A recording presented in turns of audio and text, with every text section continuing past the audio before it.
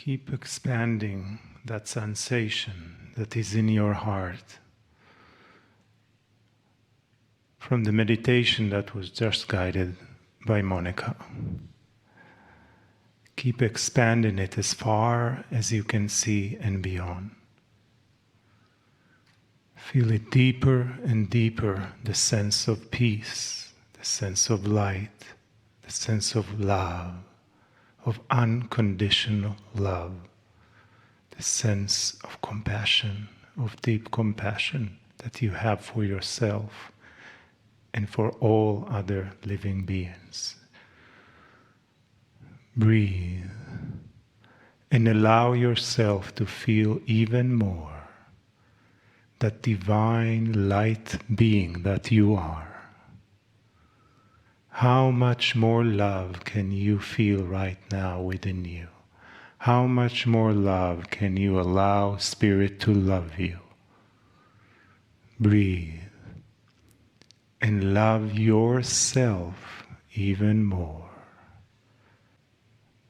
For those that live here, the Icelanders, they know this land is sacred to them. And for those who came for the tour, they feel the sacredness as they walk through this ancient land, feeling the honor that there is in this land for humans and their connection and relationship to Gaia and the elementals. Joined together in this unique evening between Icelanders and visitors of the island, creating one unified field of coherence, of honor, of love and compassion together, and together for the rest of humanity, for the light that you're creating here and taking it with you home to your communities, to your friends and family, to your country, and to everywhere you are. And it all comes down to one thing, and that is deep unconditional love. Deep unconditional love that eventually will spread and transmute the fear that is existing right now in many places on earth.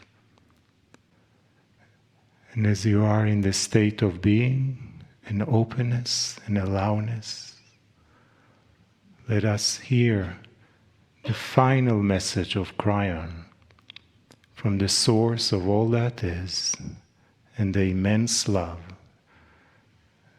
that Spirit has for you. Greetings, dear ones. I'm Kryon of Magnetic Service. Message number 11 from the place, the island nation of Iceland. The tour started many days ago, and the beauty was obvious. The earth spoke. The guardians of the rocks and the canyons moved away, allowing for the channeling to occur. It's an odd thing to say, but this land would understand. For as I told you earlier, this land has multidimensional aspects that allow it to speak. And so often those speakings manifest themselves as entities, as they do in so many other lands. It's the only thing that makes sense to a human. When it feels a personality and knows consciousness, it has to then somehow put a form to it. Those who would laugh at this, I will tell you, you've done this, humans, forever. In your spiritualness, when an angel came to you, or what you thought an angel came to you, you had no concept of what it might be. It's a multidimensional essence that moves through walls and frightens you even. We've said this before. Every angel that has come and had things to say, the first thing it said was, fear not, fear not. Why would a beautiful, absolutely stellar consciousness be something to fear? And the answer is because it looks different, and it is different. You put skin and wings on them to make them palpable. And this is what societies do to all of the elementals that they can't understand, but they must have a shape. And in some places and in some countries, it's so beautiful that it sustains itself century after century after century. And that is what has happened here. And so those on the tour got a chance to see it and feel it, and if they wish to, they could understand it. There's always the free choice to believe it or not believe it. But that is what this group got. The earth spoke to them in many places and in many ways. The elementals include all the water, even that among the ice. And so we congratulate those who are guardians and stewards of your land. There is no accident that the Icelander is here. None at all. Some would say, well, in a nation that has such few people, what can they do? It would change the planet. And the answer is the same as I have given so many times to other societies, but this one, you're an island. This one, I would say to you, keep it pristine. Watch very carefully for those who would take it away from you. Keep that which is your tradition, even though those would all roll their eyes and say, well, we don't believe in those things today because it's a modern day. And I'll tell you that the elements of the earth are very modern. They've been here forever, and they will be here until the earth goes away. That's how modern. They're always in the now, and they will always have names. And if you listen, they'll always speak to you. And right now they're saying, keep it pristine. Keep it pristine. This is the last channeling in this great land. And in this room, I spoke of the virus which continues to move around the planet. Now, you can go back and listen to message number 1, for I'm not going to review it all that much. But there are those now, as it grows and grows, who are saying things like, Kryon, why is this happening to a planet that is supposed to go into an area of higher consciousness? How could this be? And then I will say, have you really been listening to the channelings? Have you really been reading the messages? 2 steps forward, 1 step back. You are currently in the step back. What did you think it would look like? Did you think it would simply be a walk in the park, as they say, where an entire planet changes consciousness? And the answer is that you did not bring this as a punishment. And there are so many who go right to that place, and they will think that because of the doctrines they have studied and all of the scriptures they have read, that God is a punishing God, and therefore you must have done something horrible. What if this was a cleansing? What if this was a wild card? What if, when the dust clears, this planet will be different? What if? It changes the geopolitical structure. It changes what people think, because they'll know a grander truth when it's over that they did not know before it began. And this was the hint I gave you before, the things to look at, and I'll say it again. Diseases are not political. They do what they do. Watch, examine, review, see where it came from and where it went to first, and it tells a story. It tells a bigger story that you're not going to like later. But for now, there are many who are saying goodbye to their elders. For now, there's great sorrow. For now, there's fear. Mentioned so many times by so many channelers, the pandemic is not of a disease, it's a fear. And the fear spreads that it would touch you in certain ways, even though the vast majority will recover completely and totally in a small amount of time. It still will take you and make you afraid. And so the question is this, not why it's here, not what to do about getting rid of it, because it will pass. It will pass. The question really is this: what are you supposed to do, light worker, right now? What is the task of the light worker? There are many things I could say right now, some of which make sense to you and some don't. Kryon didn't tell us this was coming. Dear ones, what happens here is with free choice. It's in the field. It's not guaranteed. It's not 100%.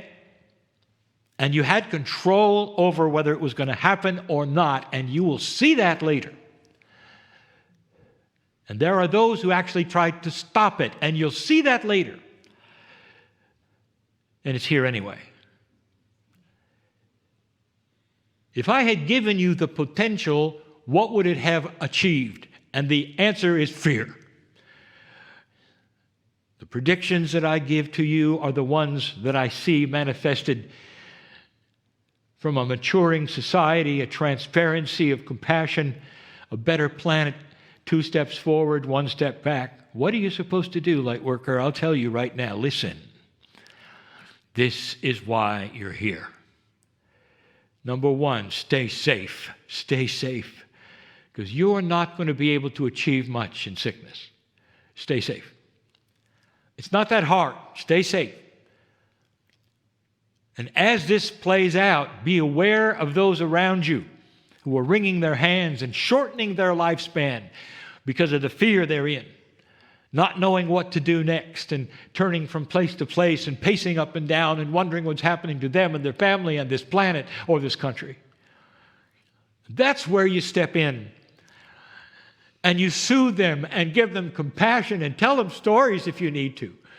Comfort them, be with them, sit with them, so they can see you're not afraid, but you're safe. That you're using common sense in all things and staying safe.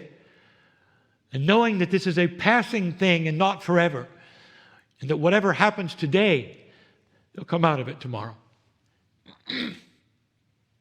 This is what light workers do. This is the lighthouse on the rock. And I said before, no one knows the name of the lighthouse, and yet it saves so many navigators and sailors and nauticals. And they see the light and they go around and they know that where there's light, there's safety. You're a lighthouse. And this is what we will say when asked in these next months over and over. And any questions and answers, these are the answers. And these will continue to be the answers, no matter what the questions are, including why me. And the answer is, if you're a light worker, I just told you why you. So that you can change it, so you can temper it, so you can save lives by comforting them. Because there is so much fear here. I'll tell you what this planet is learning right now. They're learning a lot about the media and its part. They're learning how a media can make it worse. They're learning how a media can take lives by frightening people to death. That's what they're learning. You'll come from this a better place. Journalists, review what has happened. And think upon these things and your profession to inform. And ask yourselves, what have you done that is good for the planet today?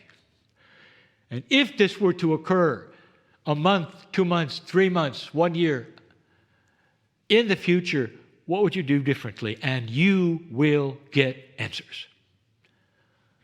It's starting to reveal a more compassionate planet. Listen, there are those who are worried that there will be amazing things, especially in certain countries where they'll gather their guns and they'll put together a place and hold their position because they expect that the public is going to attack for food. What if I told you the opposite? What if this is becoming a kinder, compassionate planet right now, where neighbors are helping neighbors and people are greeting each other at a 1 meter distance. Different from any time in the planet's history, looking at one another and saying, we're going to make it through this. We love you.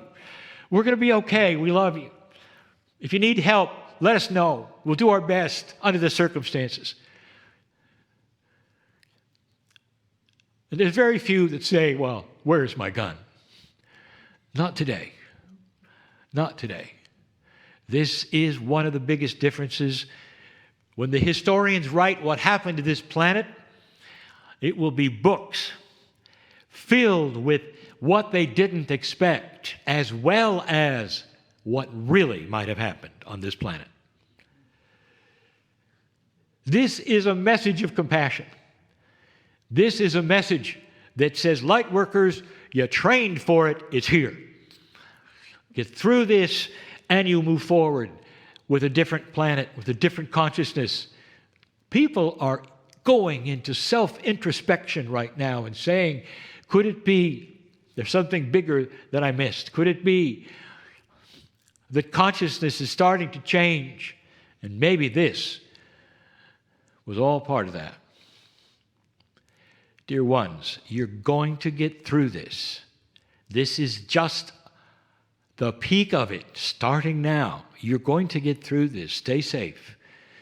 Be circumspect. Don't hide out any more than you have to. When you're allowed out, you help people. If you meet them in the store, you help them. If they look like they are in trouble, you can speak to them. You don't have to touch them yet. You can speak to them. Are you okay? Talk to me. What are you worried about? Think about these things, dear ones, because you carry a light of comfort. That is your lineage. It's why you're here. It's why you're interested enough to listen to this message or be in this room. That's the truth of the day. I'll have more to say later. But dear ones, this is starting to be a more compassionate planet, and it starts today. Know these things. Go from this place differently than you came, with perspectives that might be very different than you ever expected. There's going to be no more normal on this planet, as I told you many times. And so it is.